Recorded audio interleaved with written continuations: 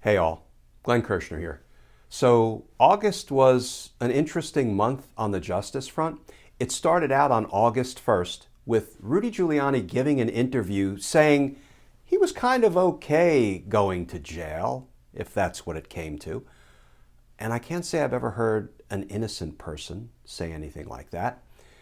And August ended with the House Select Committee investigating the insurrection being on the verge of subpoenaing subpoenaing members of Congress to talk about what they knew, when they knew it, and what they did on January 6th.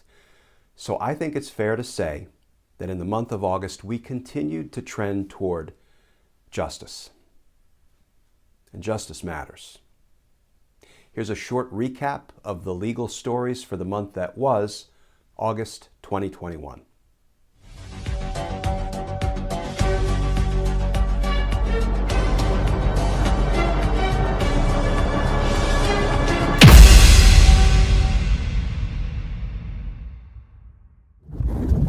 So, did you see the new interview with Rudy Giuliani?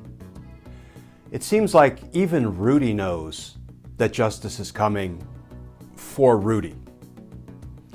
Let's talk about that. Because justice matters. $100 million. Let's talk about the ongoing success of Donald Trump's grift of his own base and how it continues to damage our democracy. Because justice matters. So, New York State Attorney General Letitia James just released the report of the investigation into the sexual harassment allegations made against New York Governor Andrew Cuomo. And now it's time to talk about accountability. Because it matters not whether you have an R next to your name or a D next to your name. What matters is justice. So Donald Trump has a new lawyer. This guy, former Congressman Doug Collins. Let's have a look at a letter Doug Collins just wrote on behalf of his new client and see what kind of legal representation Donald Trump is enjoying now. Because justice matters. So recently, we learned that Donald Trump told some of his top DOJ officials to lie to the American people, tell them the election was corrupt even though it wasn't, and Donald Trump said, just leave the rest to me and my Republican allies in Congress. And now we know one of those top DOJ officials actually did what Donald Trump asked him to do. And his name is Jeffrey Clark. Remember that name, Jeffrey Clark. Because recording for the history books the names of American traitors like justice matters. So where are we headed regarding accountability for Donald Trump's criminal conduct? Well, it looks like we just saw one more important piece of the puzzle fall into place. Let's talk about that. Because justice matters. So the Civil Rights Division of the Department of Justice just announced a third investigation into the practices of a major city police department. Why is that important? Well, friends, it's not only justice that matters, it's equal justice for all that matters. So July was quite a month on the justice front. It started with Allen Weisselberg and the Trump Organization being criminally indicted, and it ended with a blockbuster revelation that Donald Trump told his Department of Justice officials to lie to the American people, tell them that the election was corrupt, and Donald Trump said, I'll just take care of the rest. And on the legal front, the month of July had its ups and downs between those two stories, but I think it's fair to say that we continue to trend toward justice. Here's a legal recap of the month that was July 2021. It's becoming more clear by the day that Donald Trump and one of his DOJ officials, Jeffrey Clark, committed the crime of conspiracy. What's the evidence supporting that conclusion? Let's talk about that. Because justice matters. So today's video is going to be a little bit different. I sat down for an extended conversation with Congressman Eric Swalwell. He represents California's 15th district. As you probably know, he made a presidential run in 2020.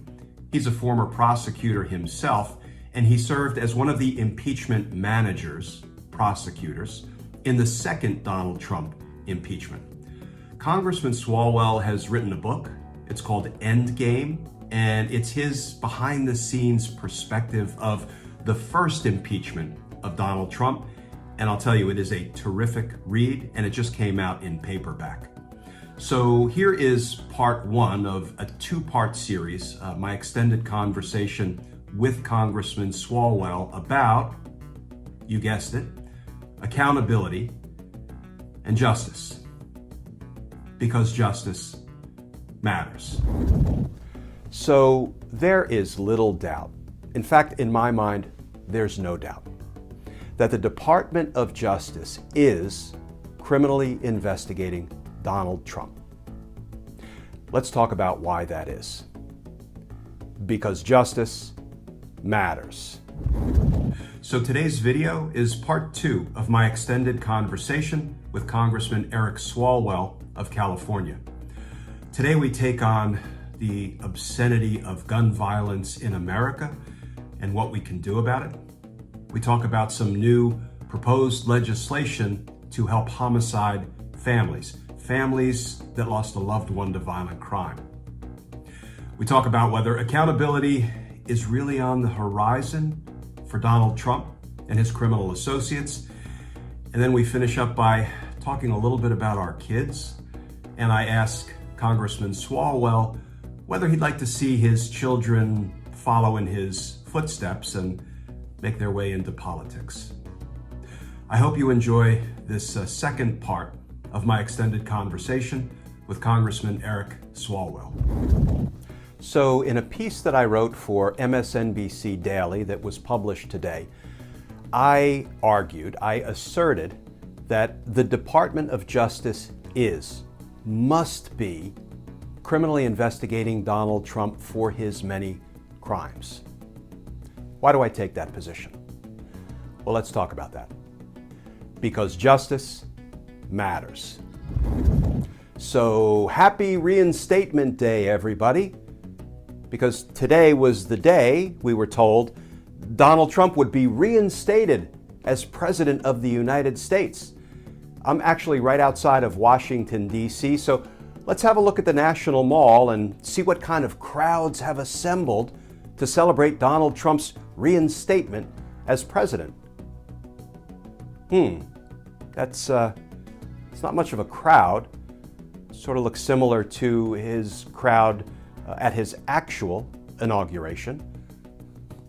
Okay, let's turn to the serious now and talk about what Acting Attorney General Rosen told senators about Donald Trump's efforts to overturn the election results. Because justice matters. So Donald Trump's crime wave continues unabated. And again, we'll ask ourselves the question, when is the Department of Justice going to make a move? Let's talk about that. Because justice matters. So let's talk about what a federal court judge just did in the defamation case brought against Rudy Giuliani, Sidney the Kraken Lady Powell, and Mike the Pillow Guy Lindell, and why it's pretty clear that justice is coming for these three characters. Because justice matters. Is there enough evidence to prosecute Donald Trump? More pointedly, is there enough evidence to open criminal investigations into Donald Trump's conduct? Somebody doesn't think so. Let's talk about that. Because justice matters. So the criminal cases against the insurrectionists are now being set for trial well into the year 2022. Why so far off? Does justice delayed equal justice denied? Let's talk about that. Because justice matters. So presidential pardons stop federal prosecutions, but they don't stop state prosecutions. Because one way or another, justice matters. So there's some new reporting that the people and the groups that attacked the Capitol on January 6th didn't necessarily plan to do it in advance. What does that tell us? Well, I know how this old prosecutor would use that information at a criminal trial of Donald Trump for inciting the insurrection. Let's talk about that. Because justice matters. So let's look at the pace of the insurrection investigation through the lens of how long it took to indict the Watergate criminals. And let's see if that gives us any comfort. Because finding ways to productively deal with our frustration, like justice, matters. So let's talk about some new reporting that would actually be kind of funny if it didn't highlight just how far we've fallen on the rule of law front. Because justice matters. So let's talk about two good news stories that broke today on the legal front that at least have us creeping in the direction of justice. So one of the leaders of the so-called Proud Boys, a guy named Enrique Tarrio, was just sentenced to more than 5 months in prison. So does that mean federal prosecutors are done with Mr. Tarrio? Not necessarily. Let's talk about why that is. Because justice matters. So we just got some new reporting on the scope of the House Select Committee's investigation into the insurrection. And the way I see it, what we learned continues to move us in the direction of justice. And justice matters. So let's talk about what a federal district court judge in Michigan just did to 9, count them 9, pro-Trump lawyers, including Sidney the Kraken Lady Powell. It looks like Lady Justice finally came for these 9 lawyers. And justice matters. So a Florida judge just told Governor Ron Desantis, in substance, to go pound sand, ruling that DeSantis cannot stop schools from requiring students to wear masks to keep them safe. And I'm going to go out on a limb and say that's a good thing, because the safety of our children, like justice, matters. So let's take on 2 insurrection-related topics in today's video. 1, who is the first insurrection defendant scheduled to go to trial, and what is he charged with? And 2, let's run through the answers to some frequently asked questions about the insurrection defendants generally. Because justice matters. So let's talk about 3 judicial fixes. Fixing what Donald Trump and Mitch McConnell broke in our federal judiciary. We can do it. We should do it. Because justice matters. So it seems like Congress is about to begin subpoenaing members of Congress. What are the legal implications of that? What are the practical implications? Let's talk about it. Because getting to the bottom of who is responsible for the insurrection, like justice, matters.